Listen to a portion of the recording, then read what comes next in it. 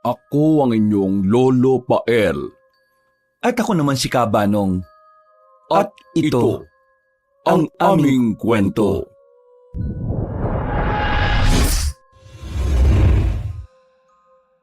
Oh, bakit ang haba na naman ang mukha mo?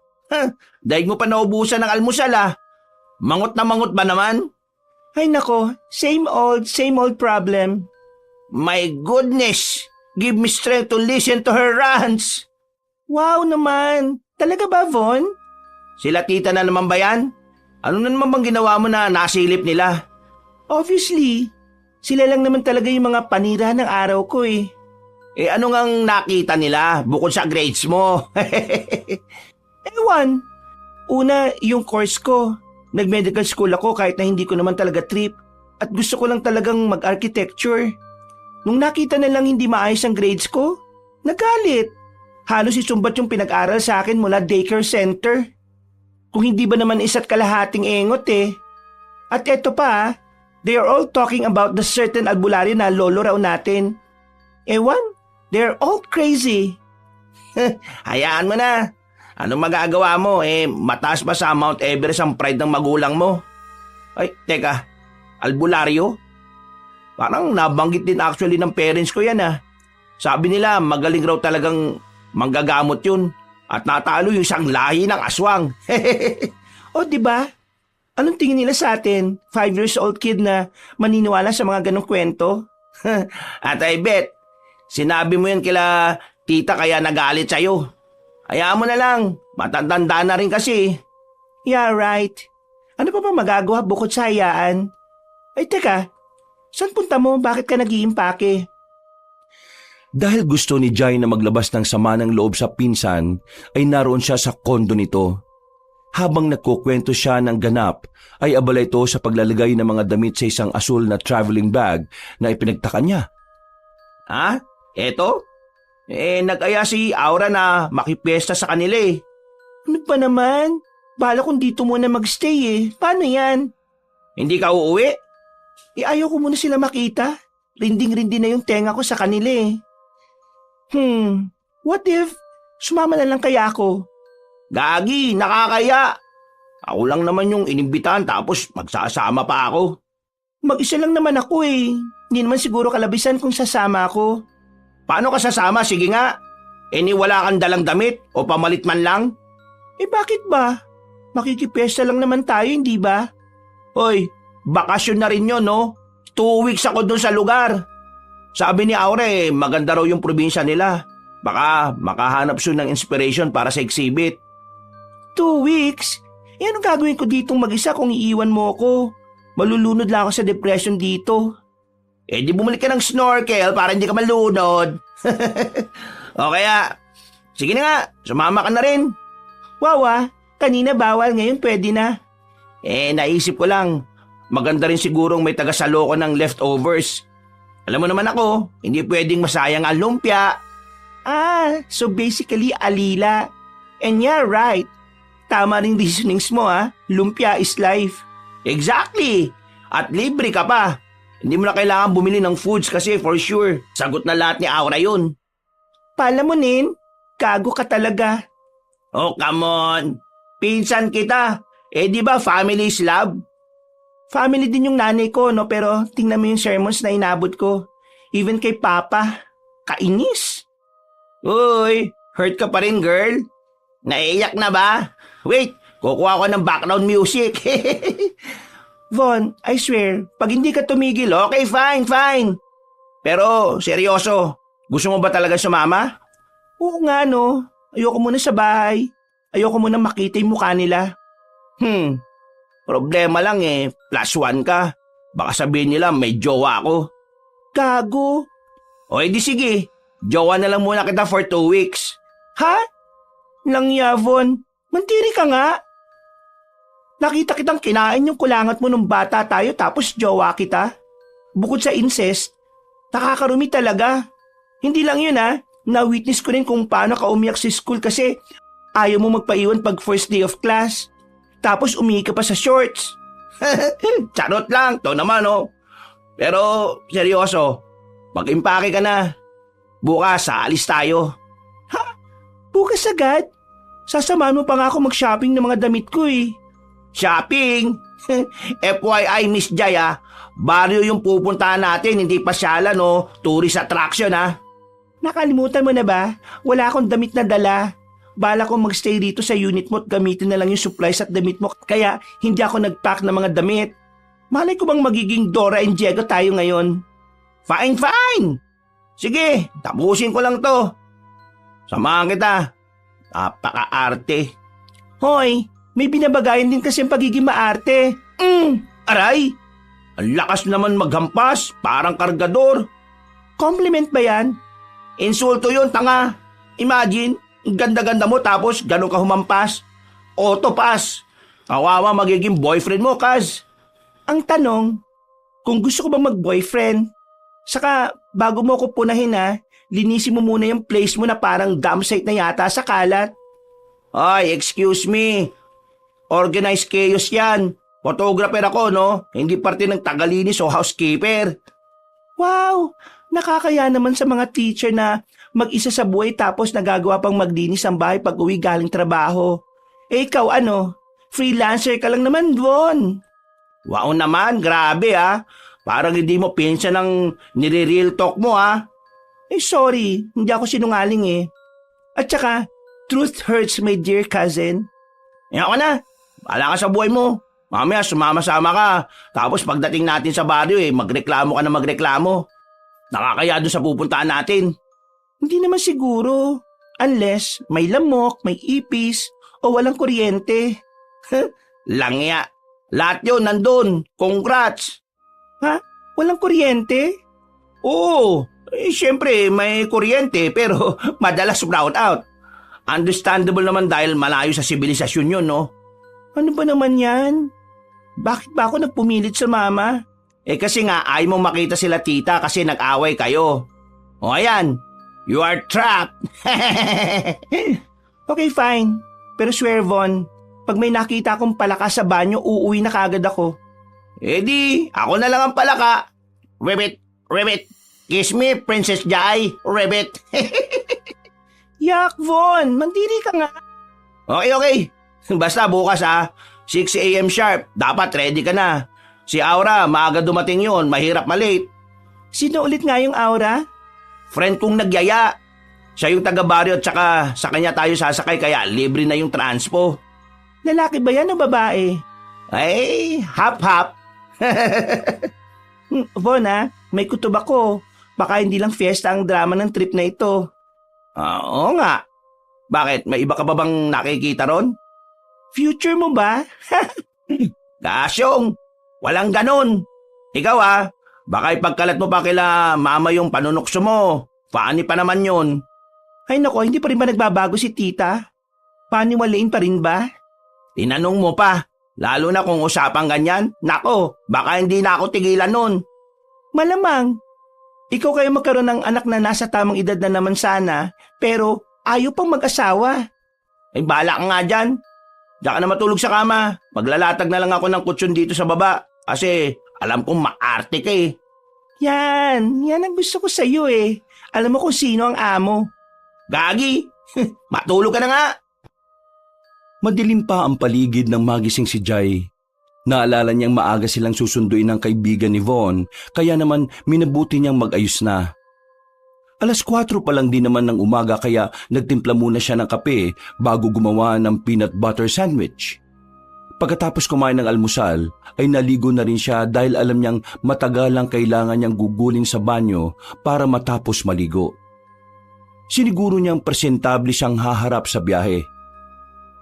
Oy Jai, ang tagal mo. Parang nagbabad ka pa riyan. Anong oras na Wait lang. Eto na naglo-lotion na.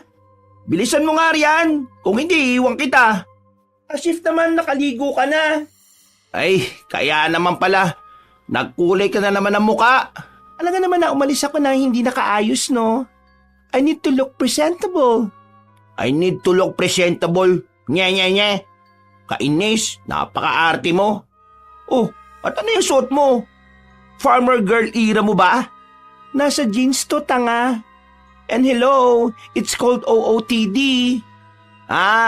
So balak mong rumampa ron sa bukid. Good luck. Sana madapa. Ted Masabashers, ang dami mong sinasabi. Maligo ka na nga ron, ang baho mo.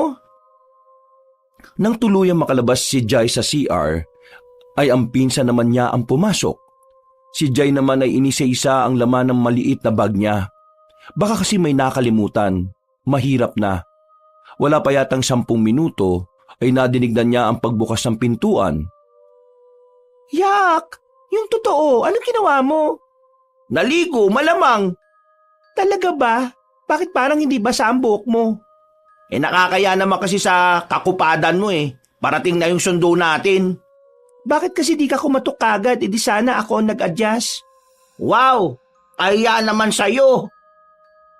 Dahil nga malapit na ang sundo, napagpasya na ng magpinsan na bumaba. Isinarang mabuti ni Von ang pinto bago sumunod sa kanya na sumakay ng elevator. Nang makababa, ay doon sila pumwesto sa pinakaharapan ng gusali. Kitang-kita ang mga dumadaang sasakyan. Ano bang sasakyan ng kaibigan mo? Van ba? Jeep Commander. Ano? Ang init-init naman ng biyahe, Von. Oh, nagsisimula na yung ugali mo Kasi naman, no? Kasi naman, huwag ka nang sumama kung magrereklamo ka. Nakakaya. Walang nagawa si Jai kung hindi itikom ang bibig. At tahimik na naghintay sa kaibigan ng pinsan. Ilang sandali lang din naman ay may humintong Jeep Commander sa harapan nila. Binaba ang bintana at sumilay ang nakangising lalaki. Habang hawak ang manibela, hindi nila masabi kung lalaki yon dahil mahaba ang buhok at makinis ang muka. Tsak niyang may makeup dahil sa inis. Oh, game ka na? Finally, dumating ka na. Pinsan ko nga pala. Yung sinasabi kong buntot ko ngayon. Hello! Pasensya na sa biglang pagsama. Wow! Kala mo talaga, ang bait-bait Manahimik ka na nga. Napakapangit talaga ng ugali mo. Napakapangit talaga ng ugali mo. Kala mo talaga, siya ay mabait Tigilan mo nga ako. Shh! Talk to the hand. Ang kulit nyo pala. Oh, sakay na kayo riyan sa likod. Yang isa lang naman dyan ang parang bata Wow! Di sorry, tanda. Napuno ng asaran nila ang biyahe. Natatawa lang naman si Aura habang nagmamaneho. Napapailing paminsan dahil sa ingay ng mga ito. Nagpatugtog din ang driver at minsanang sumasabay sa pagkanta ni Jai kapag alam niya ang kanta.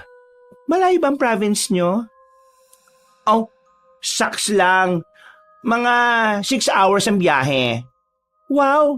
Road trip pala to? Sakit sa tumbong niyan, friend. Ay, don't worry. Worth it naman ang place. Siguraduhin mo Nako, may kasama tayong napaka-arte. Manahimik ka na nga dyan, Von. Hindi na rin tayo makakabalik sa Maynila. Ha? Ang ibig kong sabihin, hindi nyo nagugustuhin na bumalik sa lungsod kapag nakarating na tayo ron. Kasi napakaganda doon. Nakaka-excite na. Hindi naman naging dire-diretso ang kanilang biyahe. Nang mag-alas 11 na ng tanghali ay tumigil ang sasakyan nila sa nadaanan nilang karinderya. Malit lang ito kaya naman hindi na sila nagtaka na makita na puno ito ng mga tao.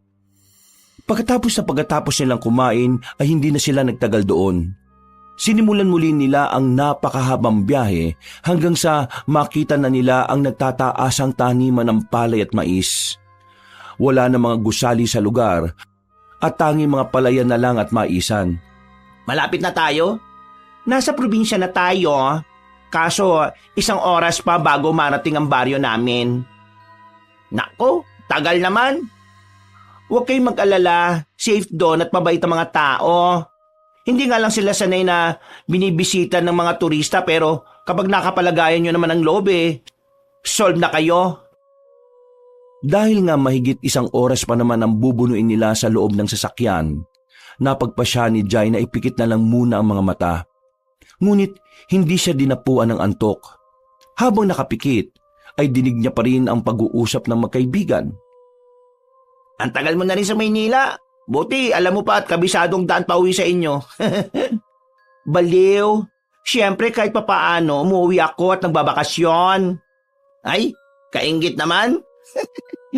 Ha? Bakit naman? Alam mo na, ang sarap siguro na may uuwian kang fresh air sa probinsya kapag hindi mo na kaya ang polusyon at dumi sa Maynila. Hindi rin. Lalo na kung naghihintay ang mga uuwian mo kung anong dala mo. Pasalubong? Oo, mga pasalubong. Sayang din sa budget Hindi alam ni Jai pero naramdaman niya ang bigat sa tinig ni Aura. Iba ang naging pakiramdam niya sa mga sinabi at inusal nito pero pinanatili niyang nakapikit ang sarili. Ilang saglit pa ay nadinig na niyang malapit na raw sila. Kaya naman minabuti na niyang dumilat.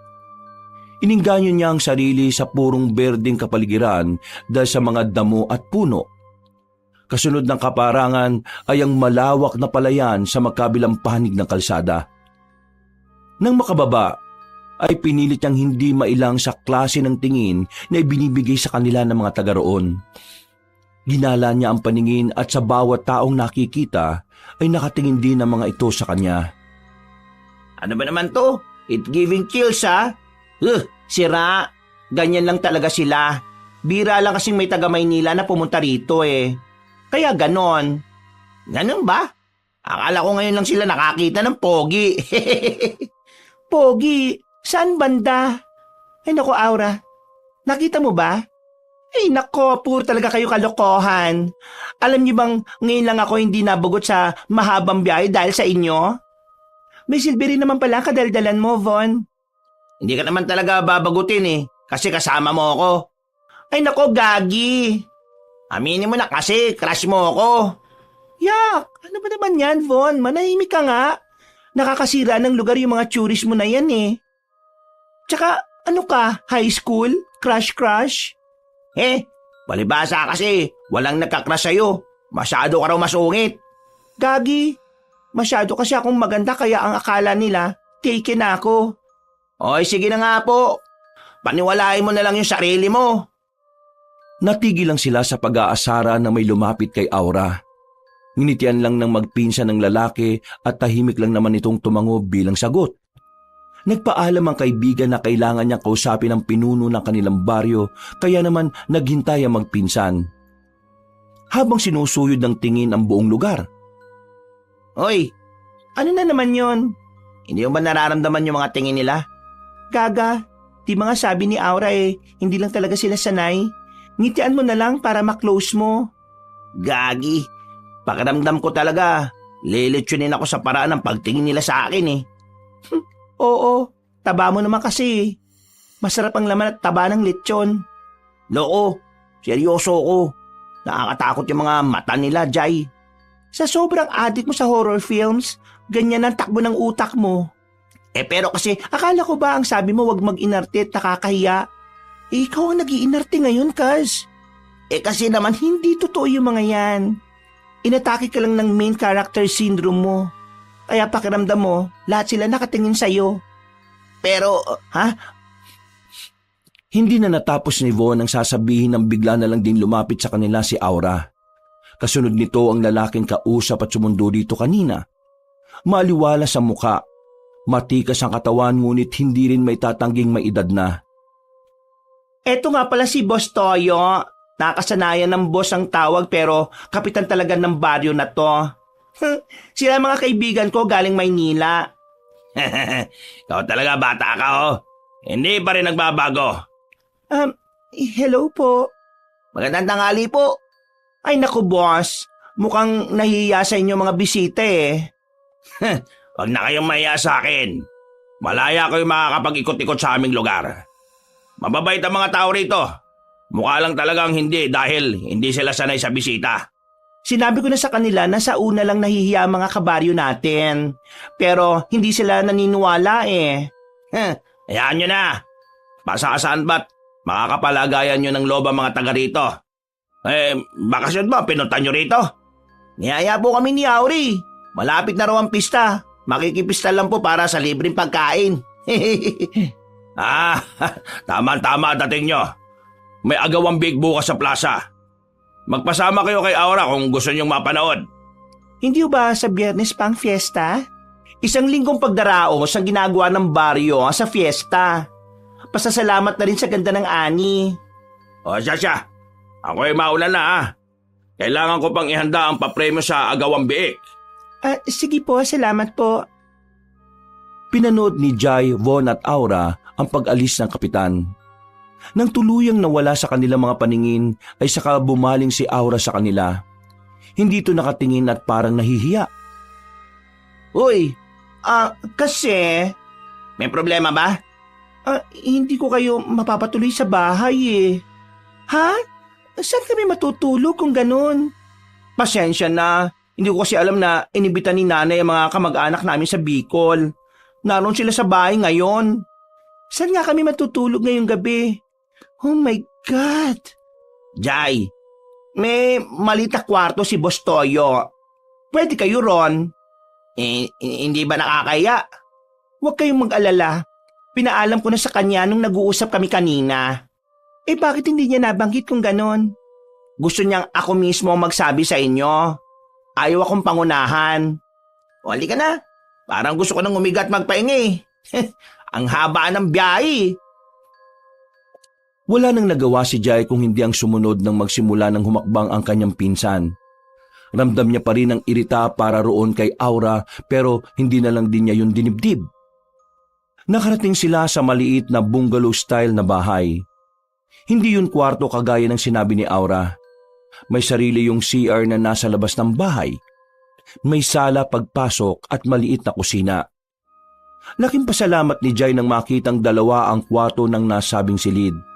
Pero iisa lang talaga ang may kama. Hindi mo na dapat pinakita ng kamalditahan mo si Aura. Nakakaya tuloy. Bisita niya tayo, no?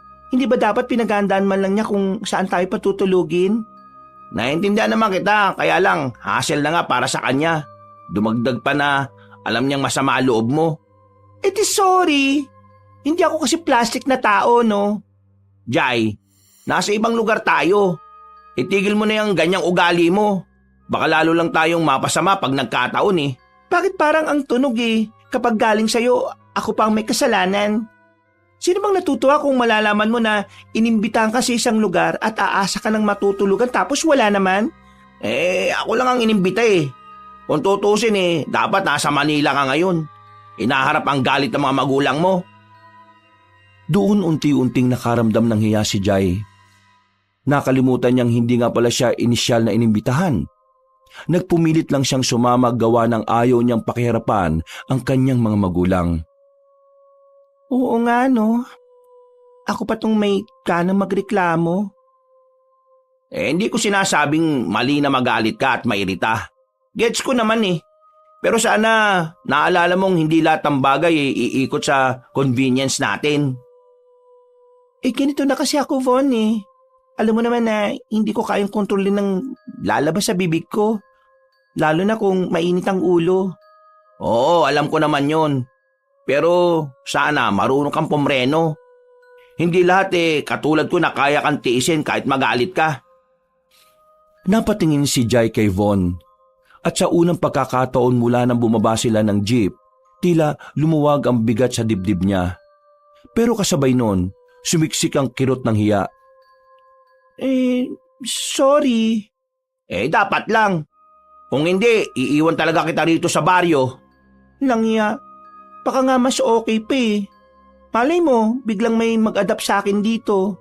Mas okay siguro yun kaysa sa mga magulang na pinipilit ako sa bagay na hindi ko naman gusto. Oo, adapt. Tapos, gawing panabong ka ng mga manok dito. Nagkatawanan silang magpinsan ng saglit. Pero agad ding natahimik nang marinig ang yabag ni Aura na papalapit. Bitbit nito ang 2 basyong lampara at tila may inaalala. Hindi nakatingin si Jai sa mata ni Aura. Napuno ng hiya ang dibdib niya. Pasensya na kayo. Hindi ko kasi talaga alam na nag-imbita si nanay eh. Kung alam ko lang sana sinabihan ko kayo kaagad. Ano ka ba? Pasensya na sa inasal ko kanina. Alam mo naman na uminit ang ulo ko bigla. Nakapagsalita tuloy ng hindi maganda. Ay, naintindihan ko naman. Kahit naman siguro sino, ganun na magiging reaksyon. Pero pasensya na talaga ha, nakakaiya. Hindi nga pala ako invited tapos ako pa yung galit na galit. Ano ka ba? Pumayag ako sa pagpapasama sa'yo. So ibig sabihin invited ka na rin. Sadyang hindi ko lang natansya talaga yung mga pangyayari eh. Doon umikot ang kanilang usapan hanggang sa magpaalam na si Jai. May kailangan daw itong puntahan pero hanggang sa nagpaalam na si Aura. May kailangan daw itong puntahan pero nangako na babalik bukas para sunduin sila para makapanood ng palaro sa plaza. Dahil sa haba ng biyahe ay nakatulugan na rin nila ang pagod. Kinabukasan, maganda ang sinag ng haring araw. Minabuti nilang lumabas ng bahay. Ganun pa rin ang tingin na ibinigay ng mga tao. Sinubukan nilang ngitian ng mga ito, ngunit mabilis na nag-iwas sila ng tingin. Parang nahihiya o naiilang pero hindi na lang nila pinansin. Habang naglalakad, may isa siyang napansin sa lugar. Hitik sa bunga ang mga puno ng mangga. Ang mga tanim na palay ay malulusog. Mukhang masaya at magaan ang buhay ng mga residente pero walang kahit isang bata siyang nakita. Iniisip na lang niya na baka nasa eskwela ang mga ito dahil maaga pa rin naman para sa dismissal ng klase. Jai, napansin mo ba? Ano na naman? Wala tayong nakikitang bata eh oh. Ano ka ba? Tanghali pa lang. Baka nasa loob ng bahay o baka nasa eskwela. Hindi dapat kahit isa may nakasalubong man lang tayo. Tumingin ka oh, puro matatanda. At least walang maingay. Di ba lagi mong sinasabi na gusto mo ng tahimik? O ayan, wish granted. Hindi to yung gusto kong tahimik. Ang weird kaya. Anong weird sa lugar na walang bata sa kainitan ng araw? Malamang hindi papalabasin. Siesta time na eh. Jai, gagi ka ba? Makaramdam ka kaya? Alam mo, dulot yan ng panunod mo ng horror talaga eh. Kung ano-ano napapansin mo. Hindi ako nagjo-joke. May mali dito. May tama. Tama ka sa utak. Hello? Ano pinag-uusapan nyo? Ito kasi si Von eh, kung ano-ano tumatakbo sa isip. Totoo naman kasi. Ang alin? Talaga bang walang bata rito sa lugar nyo, Aura? Kanina pa kami paikot-ikot pero puro matatanda nakikita namin eh. Yun ba? Bakit walang bata rito, Aura? Well, matagal na simula nang sinumpa ang baryo namin. Lahat ng babae ay nawala ng kakayahan na magluwal ng sanggol. Kami ang mga kaedad ko ang huling batang ipinanganak dito eh. Ha? Seryoso ba? Hindi ko alam ang buong kwento pero yun ang kinamulatan naming rason. Sino naman ang nagsumpa sa buong baryo nyo? At bakit niya yung ginawa? Nagkaroon ba kayo ng atraso? Well, hindi ko alam ang sagot sa mga tanong nyo. Alam nyo naman na ilang taon din ako sa Maynila. Hindi ko na napagtuunan ng pansin ang pangingialam tungkol dyan. Ramdam ni Jai na nais pang magtanong ng kanyang pinsan pero mabilis niya itong sinenyasan. Marahil hindi nila alam ang bigat pero ramdam nila na apektado si Aura sa kwento ng kanilang baryo. Ano nga palang oras ang palaro sa plaza? Ay, maya-maya 6:00 ang simula. Masaya doon at maraming pagkain. Yun ang maganda, pagkain.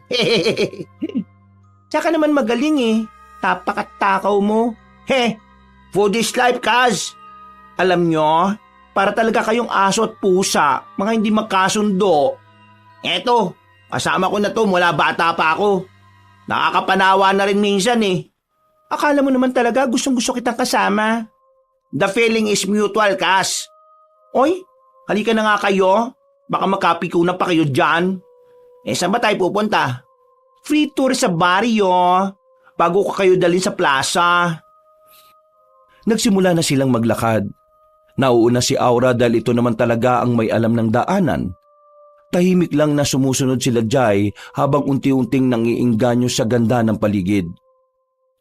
Tara, dito na muna tayo sa may gilid ng palayan. Wow, ang lawak nito, parang painting. Ayan na naman siya, feeling artist. O ano, may deep meaning na naman para sa'yo yung mga view na yan? Ano naman bang masama kung ma-appreciate ko? It's beautiful and endearing. Gaya mo pa ako sa'yo. At least, realistic ako, no? Ay nako, yun na naman kayo. Pero seryoso dito talaga kumukuha ng lakas ang baryo. Halos lahat ng pamilya may parte sa ani. Kaya pala parang sagana lahat. Sana all, sagana, di ba? So, yung palaro mamaya, parang fiesta games? Ay oo, may palo sebo, may karera ng kalabaw, may sack race. Madami, masaya yon. Karera ng kalabaw? Dapat makunan ko yun. Tamang-tama talaga. Baka yan na yung pwedeng entry mo sa exhibit. Buti na lang talaga at buntot kita eh. O siya, sige na. Bago pa kayo mag-away, dun muna tayo sa may ilog. Ilog? May ilog dito? Akala ko puro palayan. Ay, meron no. Hindi lang talaga puntahin dahil hindi alam ng mga turista. Ay, ayun naman pala eh. So bali, parang private natin yun ngayon? Depende kung walang mga napagtripang puntahan yun ngayon. Safe ba doon, Aura? Basta, huwag kayong lalayo. Ay, gagi. Oh, bakit? Ha? Wala kaming dalang damit pamalit eh. Kaasar. Ano ka ba? Hindi rin naman tayo makakapagtagal. Mag-aalas 5 na oh. Ano ba naman yan? Don't worry. Pwede ko naman kayong dalhin ulit dito sa susunod. Nang mag-aya si Aura na kailangan na nilang umalis, ay sumunod na lang din sila. Nasulit ang 2 oras na pag-iikot dahil napuno ang film ng kamera ni Von. Habang sumakit naman ng bahagya ang paa ni Jai. Nang makarating sila sa plaza, ay halos malaglag ang panga nila at napatras dahil sa gulong nangyayari sa gitna nito. May isang may katandaang marungis na lalaki ang nagsisisigaw roon. Pinipilit na duruin ang kung sinong nasa harapan. Uy, sino yun? Si Kong. Kilalang baliw rito sa baryo. Ha? Bakit hindi nila pinipigilan? Ano bang nangyari? Halika, dun muna tayo sa partidon. Bakit ginaganon nila? Hindi ba pwedeng pakiusapan na lang na maayos? Hindi yan nakikinig. Huwag yun na lamang pansinin, no? Pasensya na dyan. Sinasabi ko sa inyo, tumigil na kayo sa inyong ginagawa. Kasalanan niya sa Diyos. Kong, pumalma ka muna. Alam ko ang inyong balak. Balak niyong putulin ang sumpa. Tama na yan. Kailangan mo uminom ng gamot. Hindi na niya napagtunan ng pansin ang sinasabi ng baliw dahil humarang na sa paningin nila si Aura. Kaiba ang ekspresyon ng mukha nito. Seryoso at bakas ang tensyon. Halina kayo. Nagsisimula ng agawan ng baboy. Doon tayo, dali. Ano yun? Kapag nahuli nila kanila na yung biik? Oo, ganun nga. Swerte naman nung instant pang lechon. Panghain sa piyesta. Oo, isa yun sa reason kung bakit hindi nawawala ang agawan biik tuwing fiesta dito sa baryo. Ilang oras silang nag-ikot-ikot doon. Natuwa at nainganyo sa mga palaro at kung minsan ay nakikisigaw kahit hindi naman nila kilala ang mga kalahok dahil sa sobrang tensyon. Dahil sa kinain at ininom na palamig ay naramdaman ni Jai na kinailangan niyang magbanyo. Sasabog na ang pantog niya kaya naman nagpaalam muna siya sa mga kasama na iihi muna. Binanggit ni Aura kanina na dahil nga maraming tao ang nagpupunta roon ay minabuti ng lokal na magtayo ng banyo roon. Nang matapos, hahakbang na sana siya pabalik sa daan na nilakaran niya nang maaninag niyang mula sa di kalayuan ang baliw na itinaboy kanina. Gusto niya itong lapitan o kausapin pero nauna ang takot kaya naman malapit na siya sa pwesto nito ay binilisan na lang niya ang bawat takbang. Kayo ang mga tayo, hindi ba? Ho? Kayo ang mga taga-Maynila na dala-dala ni Aura. Oo. Kaibigan ho ng pinsan kong si Von si Aura. Sigurado ba kayong kaibigan ng tingin nun sa inyo? Ho? Walang kaibigan na magtatraidor sa kaibigan. Anong ibig niyong sabihin? Ang masasabi ko lang ay mag-iingat kayo. Hindi niyo alam ang lugar na pinasok ninyo. Sandali lang ho. Hindi ko kayo maintindihan. Kayo ay isa lamang sangkap sa pag-alis ng sumpa sa baryo. Sumpa ho? Ito ba yung tinutukoy ni Aura? Yung wala ng babaeng may kakayang magbuntis sa lugar na ito? Hindi ko akalain na sasabihin niya sa inyo ang bagay na yon. Ano ang alam niyo tungkol sa sumpa? Lahat. Kung bakit sila sinumpa. Kung sino ang sumumpa. At kung paano ito mawawakasan. Ay, alam ko lahat, iha. Ano ang kinalaman namin doon? Bakit kami mapapasali sa sumpa-sumpa na yan? Kung bakasyon lang naman talaga ang gusto namin, kaya kami narito. Ngunit hindi yun ang para sa kanila. Mamayang pagtulog nyo ay siguraduhin nyong may malapit na bawang at asin sa higaan ninyo. Ho? Para saan ho? Wala naman ho kaming balak magluto sa panaginip. Aatake sila. Sisimulan na nila ang matagal na nilang plano. Sino ho? Ang mga aswang. Ngayon nawari ni Jai na siguro nga ay nababaliw na siya para magtagal sa pagkausap sa kilalang baliw sa kanyang harapan. Pero ang mga sinasabi nito ay hindi basta sinabi. Ramdam niya ang bigat ng emosyon habang nagsasalita ang matanda. Kailangan niyong mag-ingat. Nasa dugo ninyo ang paraan para mabali ang sumpa laban sa mga halimaw. Paano kami nadami sa lahat ng ito? Hindi ko kayo maintindihan kung anong meron eh. Ang sinapupunan mo ang magsisilbing susi para makalaya sila sa sumpa. Ho? Anong sinapupunan? Paano nangyari na nasa ganyan na ho tayong usapin? Ang dalagang may dugo lamang ng albularyong sumumpa sa lugar na ito ang may kakayahang pumutol ng sumpa. Kasabay nito ang pag-aalay ng iyong pinsan. Teka, sandali. Hindi maproseso ng utak niya ang nadinig, ni hindi niya kayang paniwalaan ang sinasabi nito tungkol sa aswang. Oo, alam niyang albularyo ang kanyang lolo, pero hindi sa ganito katinding paraan na nalagas niya ang isang lahi ng mga ito. Isa pa ay ang sinasabi nitong siya ang mismong susi ng sumpa. Paanong nangyari ang bagay na yon? Sandaling dumaan ang katahimikan. Tanging sigaw at tawanan mula sa palaro ang naririnig mula sa plaza. Bago pa makasagot si Jai, biglang may humila sa braso niya. Si Von, pawis na pawis at halatang kanina pa siya hinahanap. Gagi ka ba? Ano bang ginagawa mo rito? Kanina pa kita hinahanap. Bon, baka kailangan na nating magpatid kay Aura pa Maynila. Ha? Bakit? Teka, bakit ang putla ng mukha mo? Ayos ka lang ba? Von, baka mamatay tayo rito. Baka hindi talaga tama na narito tayo. Ano bang ibig mo sabihin, Jai? Nabagok ka ba?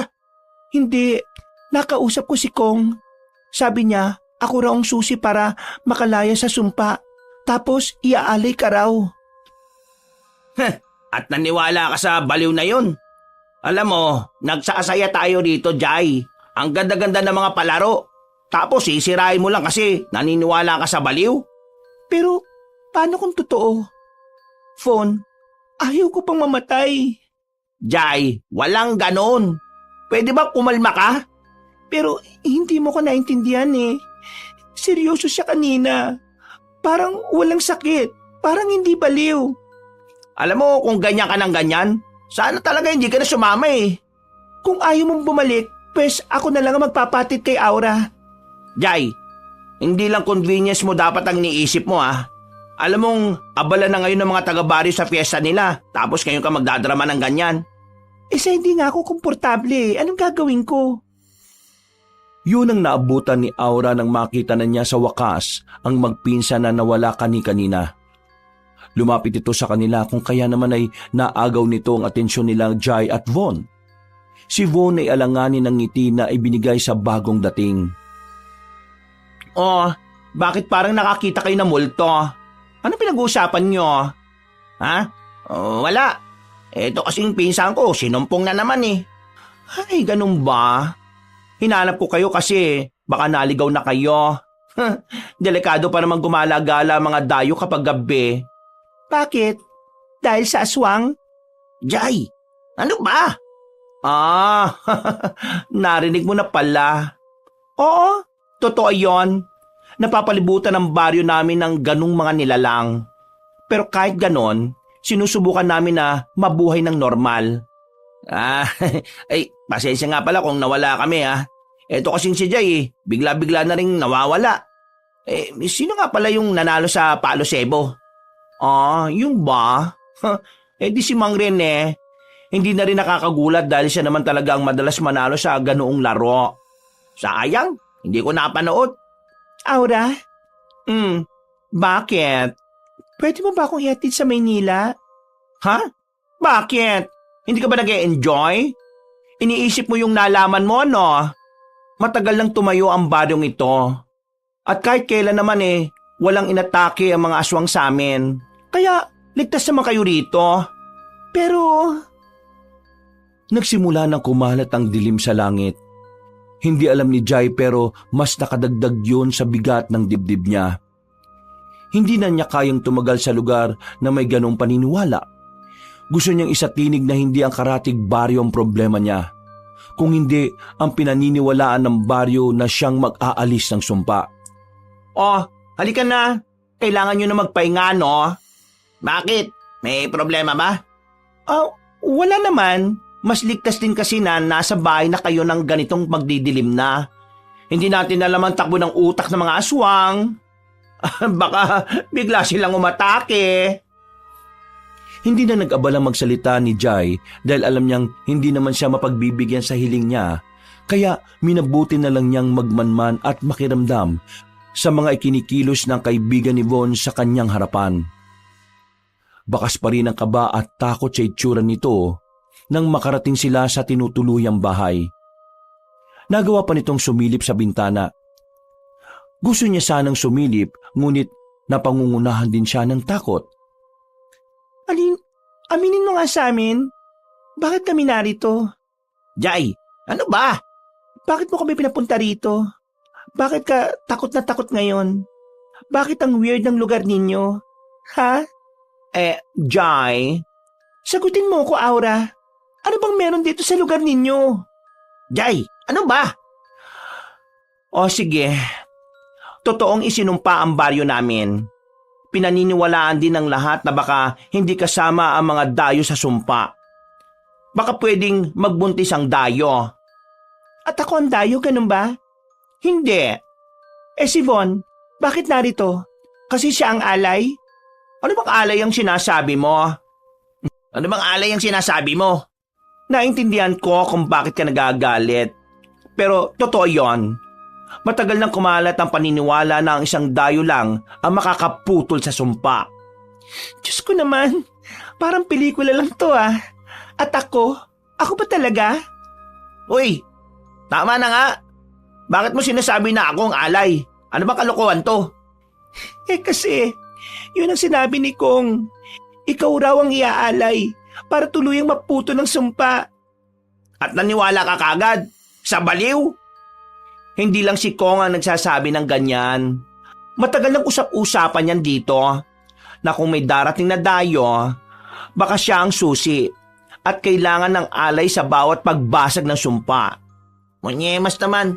Kaya pala pinilit mo ako sumama dito, Aura? Ginawa mo pa akong parte ng kabayaran ninyo? Hindi ko kayo dinala rito para saktan. Pinilit ko lang na may makaalam sa totoo. Kasi baka kayo na nga ang huling pag-asa namin. Aura, ibig mo sabihin, totoo talaga lahat ng sinabi ni Kong? Oo. At kung hindi kayo mag-iingat, baka totoo ring simulan nila ang ritual ngayong gabi. Ay, anak ng... Kaya mo kami sinama dito para gawing pang-ritual? Sorry. Hindi ko intensyon. Iaalay ako, Aura. Anong tingin mong iniisip ko? Mamamatay ako dito. Hindi ko sinasadya, Von. Hindi ko kayo isinama para pangsakripisyo. Wala talaga kaming pag-asa. Walang pag-asa? Kaya kaming dalawa ng pinsan ko ang naisip niyong abalahin? Von, tama na. Alam ko natatakot ka pero wala na tayong magagawa. Kunyemas na buhay to. Gusto ko lang naman magbakasyon eh. May sinasabi ang matatanda. May 2 paraan daw para matapos ang sumpa. Isa ang pag-aalay.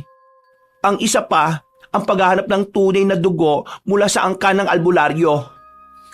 Anong ibig sabihin ng tunay na dugo? Kahit sino na may dugo mula sa linya ng albularyong nagsumpa sa baryo. Pero matagal nang nawala ang angkan na yon. Kaya naghahanap ang baryo ng sino mang dayo na may kaugnayan. At sino naman sa amin ang may kaugnayan? Si Lolo?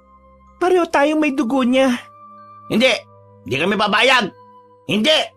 Hindi ko kayo masisisi kung hindi nyo ko nagawang pagkatiwalaan. Pero sana'y pakinggan nyo ako. Huwag na huwag kayong gagawa ng bagay na kapapahamak ninyo. Hindi kayo maaaring lumabas sa bahay na ito. Hindi natin alam kung sino ang kalyado o kakampi. Ano pang dapat namin gawin? Sabihin mo, gagawin namin. Maganda lamang kayo ng asin at bawang. Magdasal, yun lang. Huwag kayong lalabas sa bahay para hindi na makapang-akit pa. Pero saan tayo bibili ng bawang at asin? Piyadong walang ganun sa lugar na ito.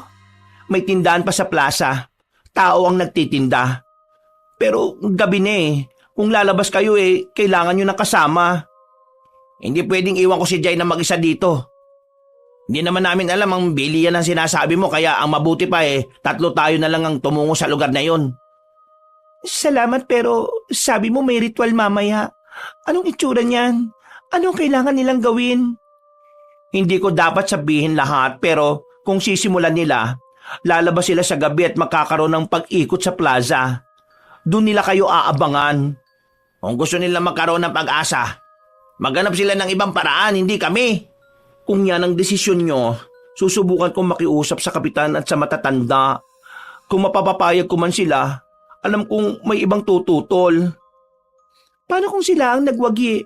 Paano kung pilitin nila kami? Kung pilitin nila, lalaban tayo. Hindi tayo papayag. Maganda kayo ng bawang at asin. Maglatag ng kahoy sa pintuan. Huwag magbukas kahit may kumatok. At huwag kayong maghiwalay. Salamat ng marami sa tiwala. Pasensya na kung nandito kayo sa kalagayan na ito. Susubukan kong pigilan ng anumang ritual hanggat maaari. Dahan-dahan at puno ng ingat nilang binuksan ang pinto. Pinauna sa pagakbang ang biyasa sa lugar na si Aura habang tahimik na silang sumunod. Matayog ang mga puno kaya naman malakas at sariwa rin ang hangin na umiihip sa paligid. Ngunit imbis na sarap at kapayapaan ang dulot nito, nagdulot ito sa kanila ng kaba. Maigpit na ang hawak ni Jai sa suot na t-shirt ng kanyang pinsan. Di sila nahirapan na makarating sa plaza. Iba rin kasi ang tinatahak na daan kumpara kanina, kaya naman mabilis nilang natungo ang sinasabing tindera ni Aura. Bakas ang takot nito pero dahil maging sila ay nakakaramdam din ng ganoon, ay hindi na nila pinagtuunan ng pansin at inabalang sarili sa pagkuha ng mga bawang at asin. Ni hindi rin nila napansin ang pagkawala ni Aura sa kanilang tabi. Namalaya na lang nila nang uuwi na sana sila. Oh, nasaan na si Aura? Kanina lang nakasunod sa iyo, hindi ba? Oo nga, pero bakit biglang nawala? Sandali nga, at hahanapin ko. Sama na kita. Wag na, baka makasilisi pa tayo sa bigla niyang pagbalik dito. Paano mo malalaman na bumalik wala naman tayong cellphone? Walang signal dito. Basta babalik ako dito after 15 minutes. Kung wala pa rin siya, umuwi na tayo. Lumalalim na ang gabi. Tahimik na tinahak ni Jai ang palabas sa pamilihan. Sinubukan niya magpalinga-linga at gawing normal ang kanyang kilos kahit na binubundol na ng kaba at takot ang dibdib niya. Hindi rin naman matim na iwanan na lang si Aura na tumutulong sa kanila. Kailangan natin bumili ng oras. Masyado nang nakakalata ang mga alay. Pero, alam mo may oras na itinakda ang bawat ritual at pag-aayuno, di ba? Ngunit, alam nyo rin na kapag nakalata sila at natakot maaring matapos na ang inaasam natin paglaya sa sumpa ng lecheng albularyong yon. Ang hindi ko maintindihan ay kung bakit hanggang ngayon na patay na siya hawak niya pa rin ang ating lahi sa leeg. Tunay na makapangyarihan ng albularyong yon. At ramdam ko ang kapangyarihan niya sa binatang kasama mo. Maaring maputol na ang sumpa. Naghinala ng babae kailangang maisagawa ang plano ngayong gabi. Kunwari, may kailangan akong gawin para naiwan silang dalawa. Pwera sa inyo kung ayaw bumigay. Parang nanlambot ang tuhod ni Jai sa narinig. Ibang-iba ang estilo ng pananalita ni Aura kumpara sa nakasanayan nilang magpinsan. Walang awa at brutal. Bakas din ang di maipaliwanag na ningning sa mga mata na anumang oras ay pwedeng tumupok sa kanila. Hindi na siya nag-abala pa. Mabilis ang naging hakbang niya pabalik sa kanilang pinsan na laking pasasalamat niyang naroon pa. Oh, bakit? Nakita mo na ba si Aura? Nasaan siya? Kailangan na nating umalis dito. Oo nga, tutulungan nga tayo ni Aura. Kasapi nila si Aura, Von. Ano? Kasapi nila si Aura. Nadinig ko ang plano nila. Imposible. Sa tingin mo ba magsisinungaling ako? Hindi sa ganon, pero kailangan na natin siyang matakasan. Kailangang... Si Aura lang ang kilala at koneksyon natin sa lugar na to. Paano tayo hihingi ng tulong sa iba? Habang nag-iisip ng solidong plano ay dumaan sa harapan nila si Kong, ang baliw at iniiwasang matanda ng baryo. Mabilis na humakbang si Jai palapit dito. Bakas ang lito sa mukha ng pinsan pero nang makita nito kung saan siya papunta ay mabilis siya nitong pinigilan na huli na rin naman dahil nasa harapan na nila ito. Ano ka ba naman? Ngayon ka pa makikipag-usap sa baliw na yan. Manganganib na tayo. Kong, Anong kailangan ng mga dayong ito sa akin? alam kong hindi kanila kakampi. Maaari mo ba kaming tulungan? Bakit ko naman gagawin ang bagay na yon? Hindi ba't hindi kayo naniniwala sa akin? Pero... Doon muna kayo sa aking bahay pansamantala. Hanggat hindi ako nakakagawa ng paraan para kayo itakas. Talaga? Jai, kaanib din yan. Ano ka ba? Wala na nga tayong magagawa, Von. Ang kaibigan mong nagdala sa atin dito na siyang dapat ating kakampi ay kalaban pala. Bakit parang tulog na ako ang sinisisi mo? Kung kayo ay mag-aaway lamang at gusto makakuha ng atensyon, pagpatuloy nyo na lamang at ako'y aalis na. Sandali po. Pasensya na po. Sige po, sasama po kami. Walang nagawa ang binata kung hindi ang sumunod kay Jai kahit na may natitira pa siyang agam-agam. Ilang liko at takbang ang ginawa nila bago nila narating ang maliit na kubo sa kaparangan. Luma na yun at butas-butas. Kaya naman dahan-dahan at puno ng pag-iingat ang ginawa nilang lakad sa pagpasok. May nakasabit na sibat, pana at palaso. Maging ang buntot ng pagi na malakas na pangontra sa mga aswang. Napansin din nila ang langis na tahimik na nakapatong sa lamesang puno ng asin at bawang. Uminom muna kayo ng tubig. Salamat ho. Huwag kayong mag-alala, iho. Hindi ako baliw o aswang. Pamanong buhay pa kayo sa lugar na ito kung ganon? Hindi ko rin mawari. Ngunit mas maigi ng mamatay at makitil kaysa mamuhay na iniiwasan ng buong baryo dahil sa balitang walang katotohanan, hindi ba? Lahat ba ng mga tao dito ay ganon ang paniniwala? Mga aswang? Iilan lamang ang aswang sa lugar na ito. Mga nagaanyong aso. Kung kaya hindi nalalaman ng mga kabaryo na sila ang umaatake sa mga hayop na alaga. Anong aso? Mga asbo ang tawag sa kanila. Lumalabas tuwing gabi dahil mahina at kayang ikamatay ang araw. Nagaanyong aso para makapambiktima gamit ang mga ngiping matatalas at kukong mahahaba. Totoo bang sinumpa ang lugar na ito? May nakikita ka bang bata? Ang makakabasag at makakasira sa sumpa ay ang dugo mismo ng albularyong sumumpa sa buong baryong ito. At kayo yon. Pero sa oras na magbuntis ka, ay magiging malaya na sila. Magkakaroon ng panibagong henerasyon ng mga asbo. Mapuputol ang sumpa. Yun lamang ang nagawang plano ng mga manggagamot na nilapitan nila para sa kanilang lahi.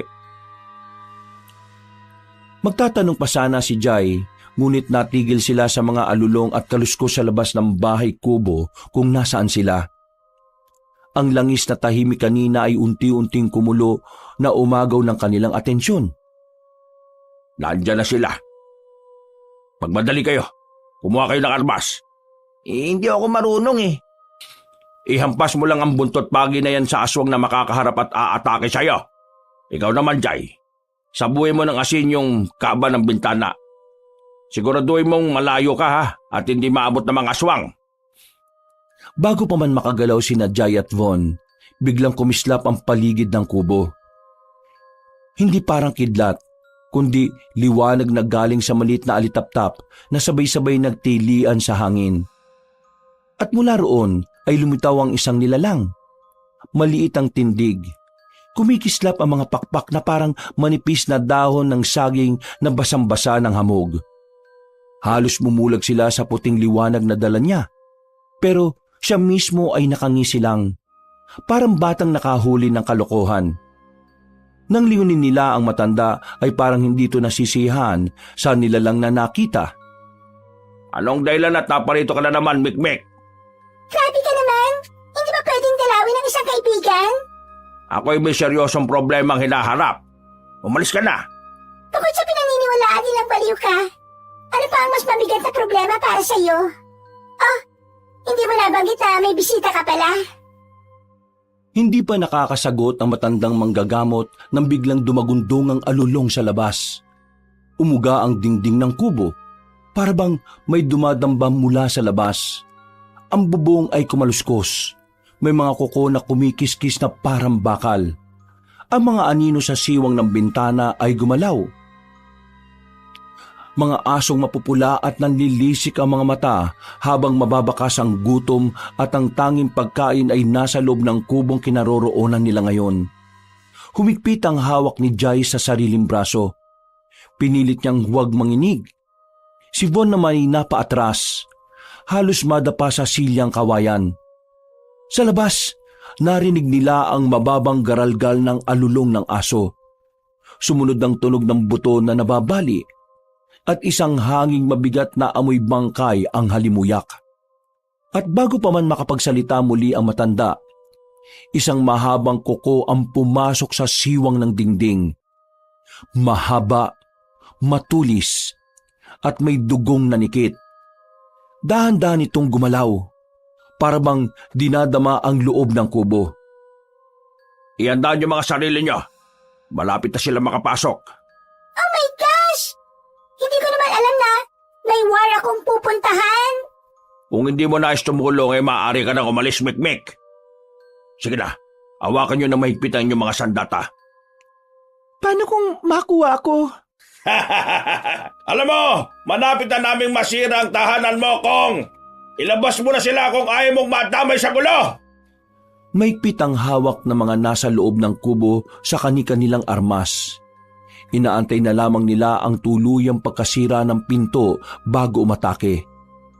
Nang sandaling matumba na ang unang dingding ay halos mabulag sila sa liwanag na biglang pinukol ng maliit na nilalang na si Mikmik. Naging dahilan ito ng paghinto ng mga asbo. Hindi ko akalain na makikita muli kita, munting nilalang. At hindi ko rin naman inaasahan na makikita ko ang mabahong lahi ninyo. Kung ibinalik lamang ng inyong kaibigan ang aming kailangan, wala sanang gulong mangyayari. Tumigil ka na sa iyong kaibangan. Von, halika na!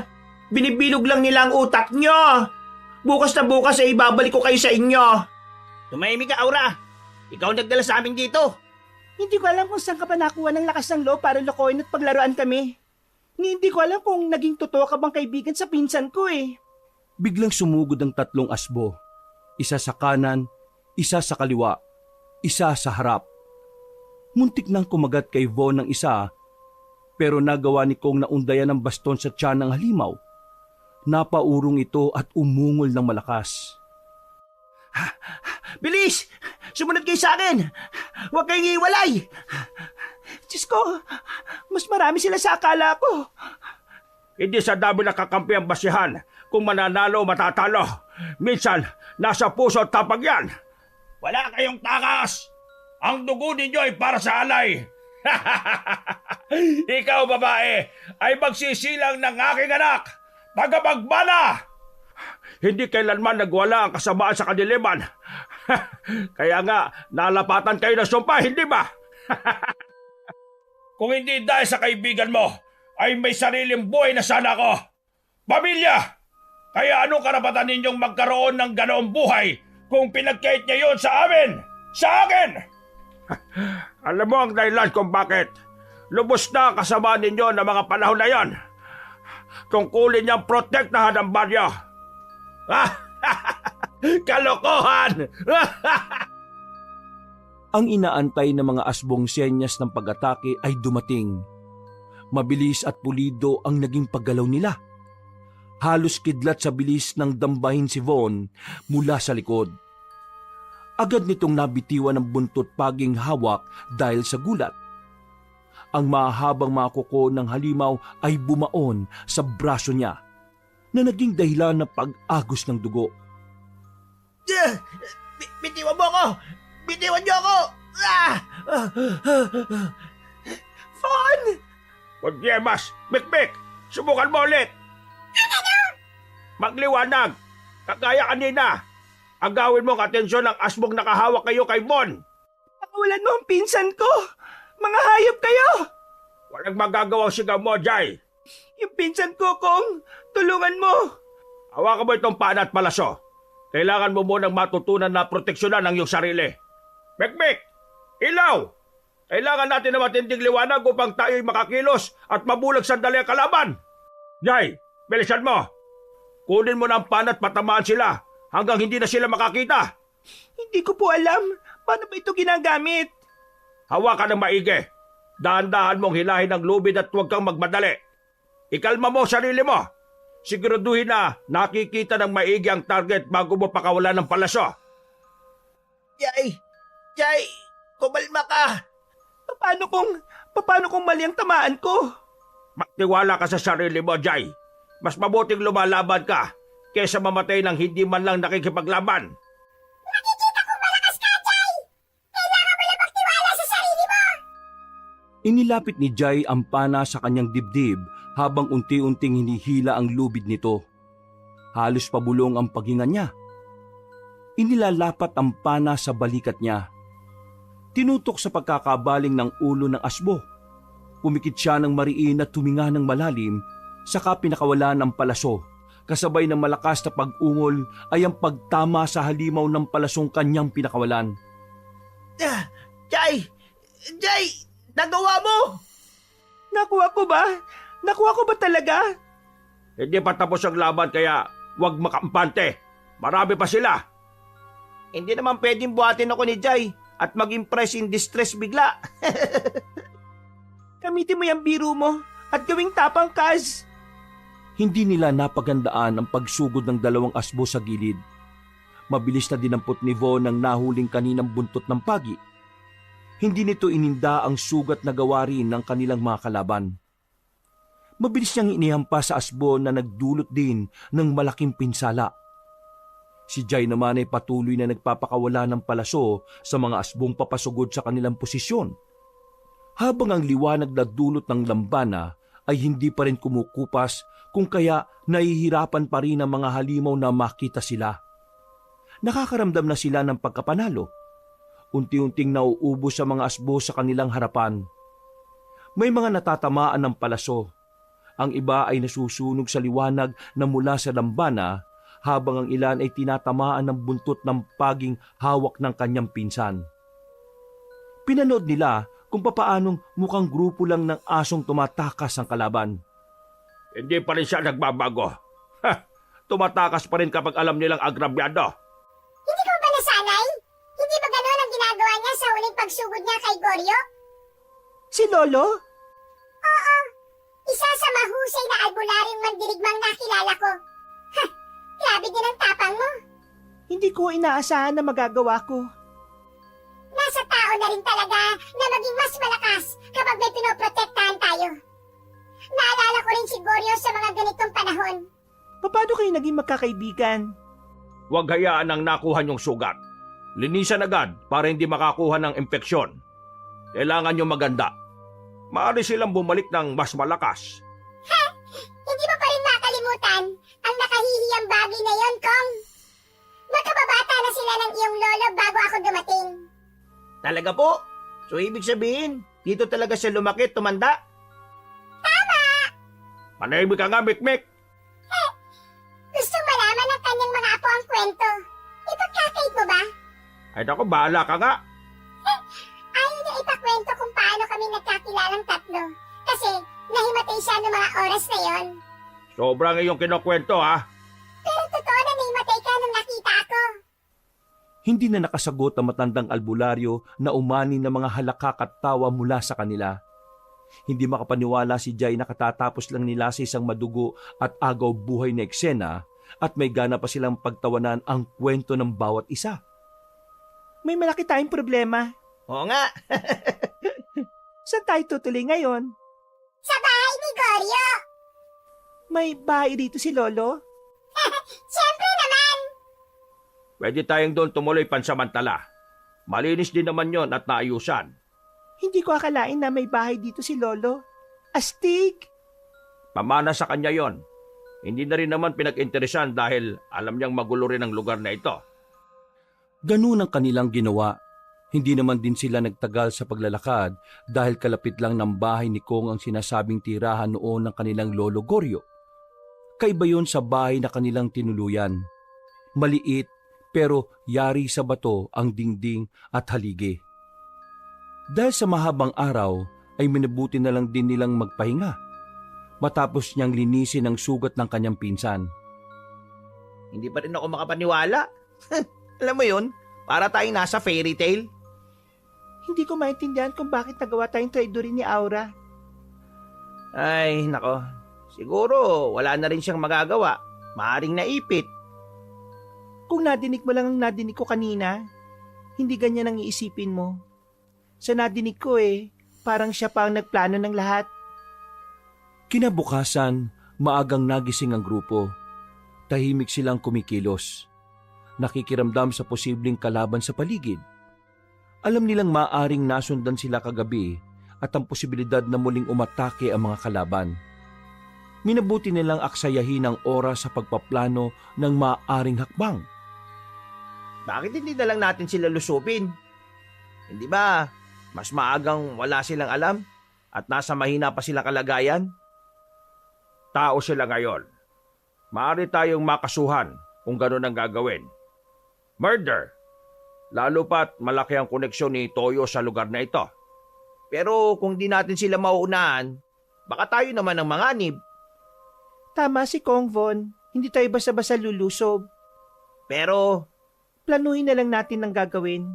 Isa rin kahinaan ng mga asbo ang apoy. Kaya mabuting magdala ng sulong may lingas para sa karagdagang armas. Mahusay na kayo sa paggamit ng kanyang-kanyang sandata, kaya huwag niyong bitiwan ito hanggat maaari. Tuso ang mga asbo. Kailangan nila kayo para sa ritual ngayong gabi, kaya nasisiguro kong hindi matatapos ang magdamag ng hindi sila umaatake. Totoo palang may oras silang sinusunod. Ganun na nga. Kaya ang mabuti pa ay ihanda nyo na ang mga sarili ninyo. Gaya ng kanilang inaasahan, nasa gabing yon ay nakita na naman nila ang pamilyar na pagkulo ng langis na simbolo ng paparating na kalaban. Kanya-kanya silang hawak ng sandata habang nakatayo sa kanilang likuran ng albularyo. Bakas ang desperasyon at pagmamadali sa kilos ng mga asbo na nasa harapan nila. Malaki ang mga hakbang ng mga ito papunta sa kanilang direksyon. Pasensya na at matagal ang aming pagbabalik. Ako humingi ng tawad sa inyong nag-aantay. Walang anuman, Boss Toyo. Kami nagagalak sa inyong pagdating. Nakakatuwa naman. Sigurado ring kay gagandang supling ang ibibigay mo sa lahi namin. Pasensya na, Boss Toyo Ugali kong hindi sundin ang mga utos na hindi ko gustong sundin Kaya nga ako napadpad dito sa inyo Nawala ang ngisi sa mukha ng pinunong halimaw. Kitang-kita ang pagbabago ng anyo. Ang mga mata ay naging mapula at agresibo. Mga kamay at brasong nababalot na ng itim na balahibo. Ganon din ang mga paa at binti. Nag-aanyong aso na ito. Gayon din ang kanyang mga kasama. Mabilis pa sa kidlat na ginawa nitong pagakbang. Nagsimula na naman si Jai na magpaulan ng mga palaso. Dinig niya ang langit-ngit ng buntot pagi at mangilan-ngilang paglipad ng mga asbo. Nadinig ni Jai ang pagsigaw ni Kong. Kasabay ng pagtaboy nito sa mga sumusugod na asbo Gamit ang siga ng sulong daladala niya, unti-unting napapalayas ang ilan sa mga aswang, habang ang iba ay nagwawala. Huwag kang duwag, Toyo! Lumabas ka sa lungga mo! Nasa uli ang tagumpay, Jai! Nakakaawa mga alipin mo kung ganon. Pinapanood mo lang silang magbuwis ng buhay para sa'yo. Estratehiya ang tawag doon, hangal! Estratehiya o isa lang kaduwagan? Muling sumalakay ang mga nilalang sa kanila. Hindi niya inaasahan ng biglang pag-atake ng isang aswang mula sa kanyang likuran. Kaya halos mabuwal siya sa kanyang pwesto. Nanginginig ang kamay at tumigpit ang hawak niya sa palaso. Nang akmang ilalapit na ng aswang ang kanyang bunganga para mangagat, ay mabilis na itinarak ni Jai ang hawak na palaso sa liig nito. Umagos ang dugo ng halimaw na naging dahilan ng pagkatumba nito. Sinipa niya ang katawan nitong wala ng buhay sa kahingal na tumayo at hinarap ang gulong nagsisimula na naman. Bon, sa likuran mo! Hindi ako magpapasugat sa inyo! Mag-iingat ka! Hindi ko ba napapagod sa nangyayari, Toyo? Ha, hindi. Bakit ako mapapagod? Kung hindi ka sana nangialam, hawak ko na ang mga kailangan ko sa ritual.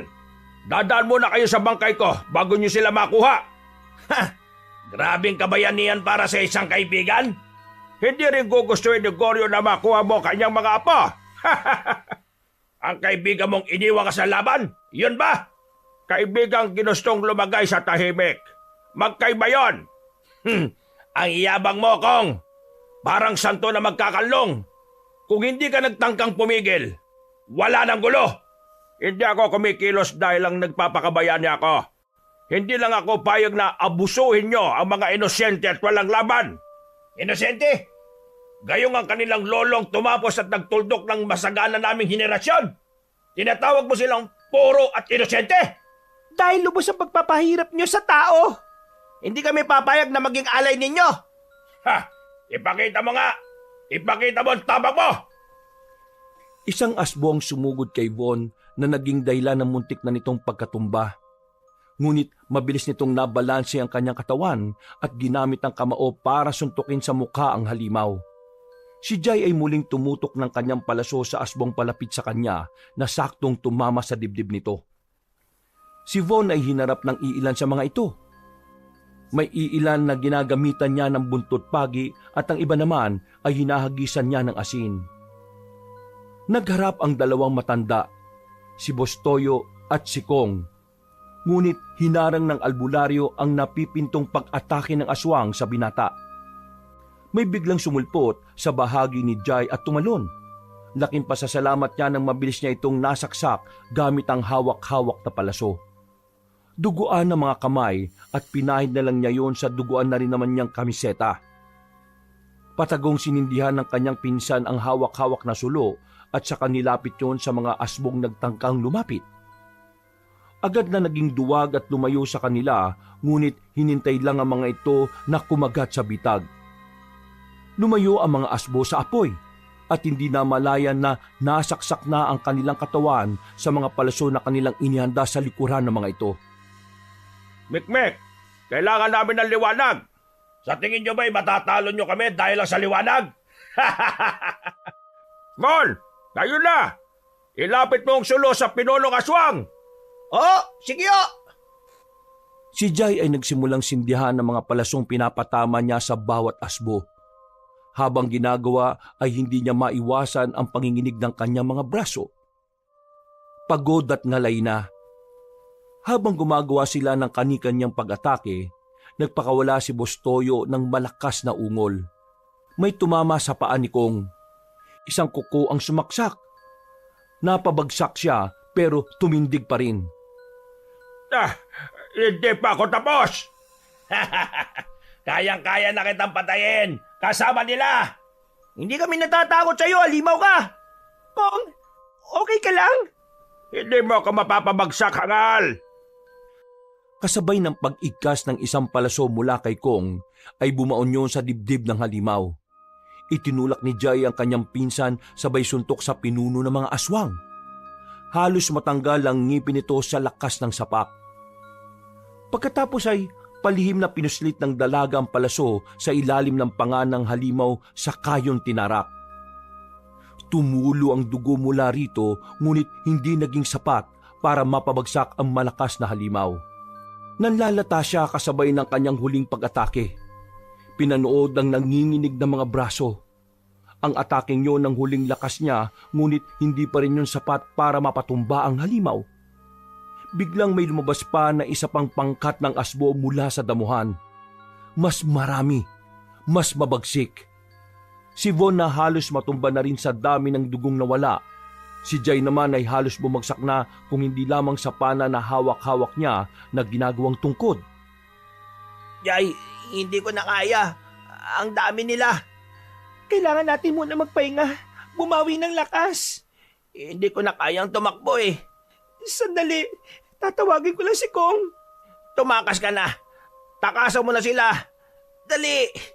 Hindi kita pwedeng iwan dito. Ano ka ba? Huwag kayong lalayo sa grupo. Kailangan isama-sama tayo lalo pat hindi maayos ang ating mga lakas. Tingnan niyo ang makitid na daan at doon tayo tutungo. Tatawirin natin ang ilog at magtatago sa batuhan. Sige, hawakan mo ko hanggang sa makarating tayo. Huwag mo akong bibitiwan. Aalalayan kita. Oo, sige. Hawakan mo ako na mabuti, okay, Von? Kayang-kaya niyong lumaban. Lahat kayo ay may angking kayabangan. Ngunit kailangan niyo rin ng pahinga. Hindi karuwagan ng pag-atras sa laban kung alam mong dehado na. Katapangan ng pag-amin na kainaan. Nakarating sila sa batuhang bahagi na sinasabi ni Kong. Doon sila nagtago. Kahit na walang asbo sa paligid, ay maigpit pa rin ang kapit ni Jay sa daladalang palaso. Hingal at wala sa wisyong palinga-linga sa paligid ang dalaga. Naghahanap ng asbong maaring umatake at tumapos ng kanilang pagpapahinga. Ginamit ni Mikmik ang kanyang mga kamay para paghilumin ang sugat ni Von. Habang minabuti naman ni Jay na talian ang sugat na nakuha niya sa labanan. Hindi ko akalain na marami pala sila. Kakaunti ang kanilang lahi sa lugar na ito. Ngunit may mga kalahi pa rin sila sa ibang lugar. Piyadong may mga kalahi silang taga-ibang lugar na makakalaban natin. Bakit sila nakikisali? Ang pagkakatalo ay simbolo ng kahinaan para sa kanila. At hindi nila hahayaan na maging mahina sa buong lahi ng mga aswang. Ipunin niyo muna ang inyong mga lakas. Magpahinga nang sa ganun may dagdag na lakas tayo. Nais ko na sana kayong pabalikin sa Maynila upang kayo ay manahimik na. Hindi maaari. Jay, Laban namin to. Hindi ko gusto na ipasa sa iyo ang laban. Hindi ko rin nais na mawala kayo. Na kayo ay mamatay dahil sa kanila.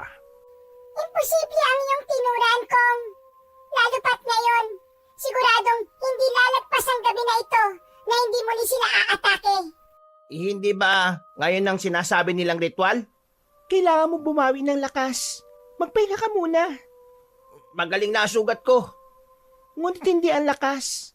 Magpahinga ka para kung sakaling umatake sila ng biglaan, ay may laban tayo.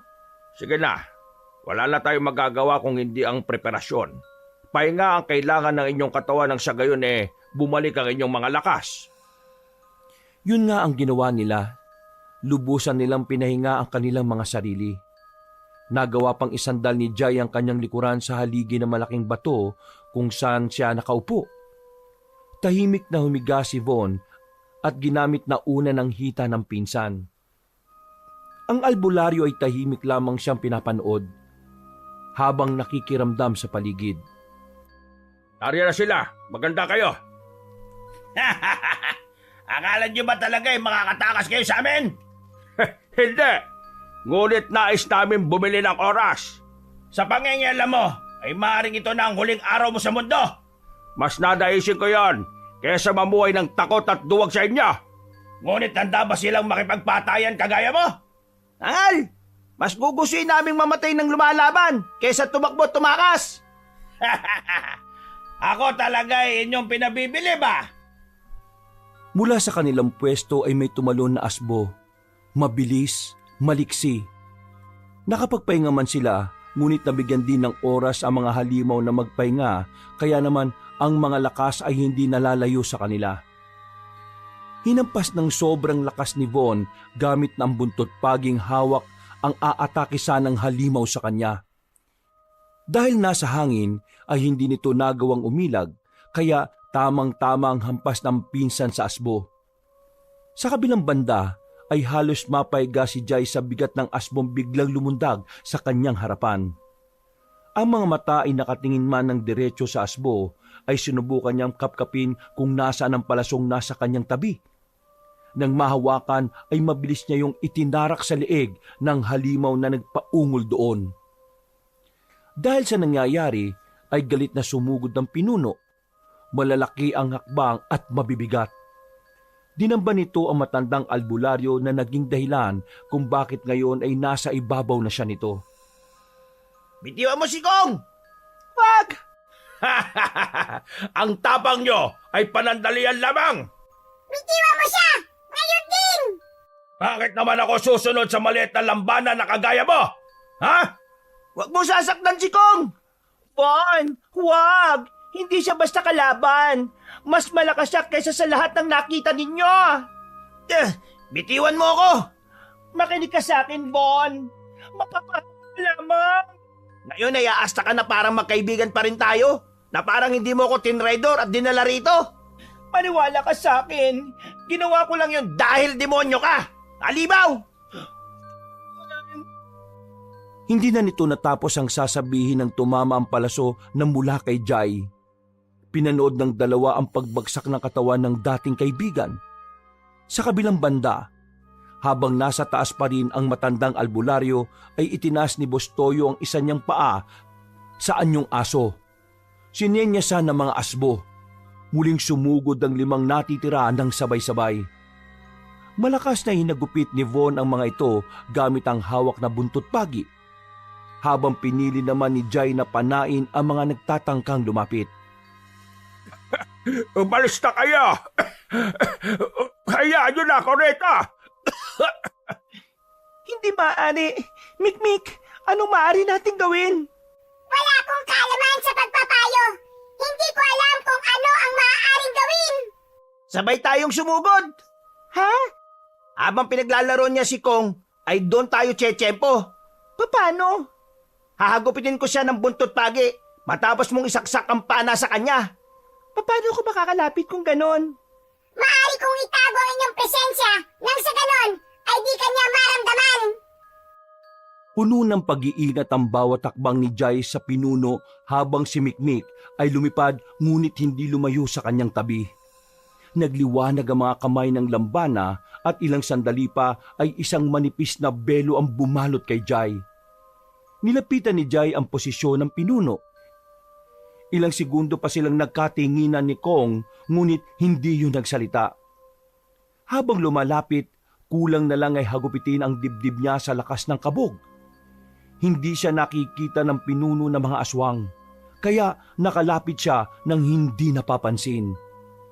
Agad na ipinukol ni Jai ang pana sa likuran nito kasabay ng isang marahas na palo gamit ang palaso na tumama sa tagiliran ni Boss Toyo.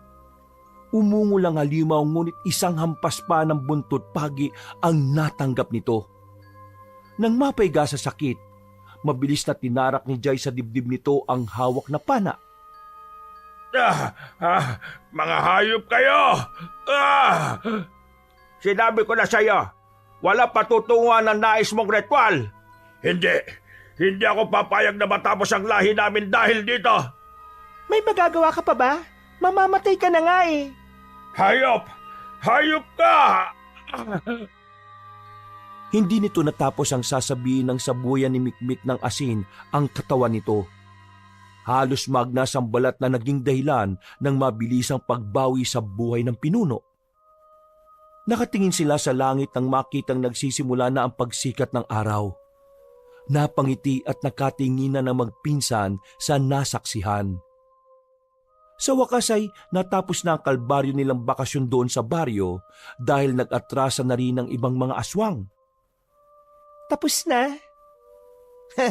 Natapos rin. Masaya akong makasama at makita ang tapang ninyo. Sigurado kong sobrang proud si Goryo sa inyo. Ako man po Natutuwang malaman ang kwento niya. May lolo pala kaming nagligtas ng isang baryo noon.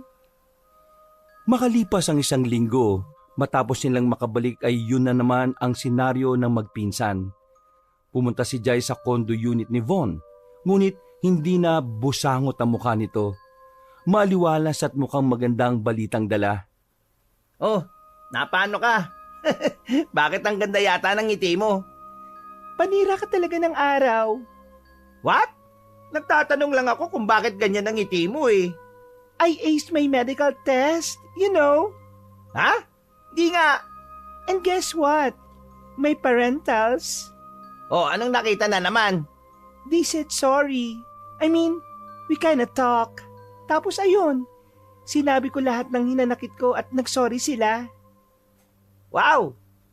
Magandang balita yan ah. Masaya ako para sa'yo. Eh, wag ka nga feeling mabait dyan, no? Hindi ako sanay. Gagi! Hindi ba pwedeng happy lang talaga ako para sa'yo? At finally, achieving your parents' recognition? Hindi lang kasi yon. Proud na rin ako sa roots ko. Isipin mo, sinong hindi magiging proud na magkaroon ka ng grandfather na nagligtas ng buong baryo? Mula noon, nagpatuloy na sila sa buhay habang tinatahak ang kanya-kanyang pangarap sa buhay. Nakaagapay na ang kanilang mga magulang at masaya na rin sa landas na gusto nilang tahakin. Wakas,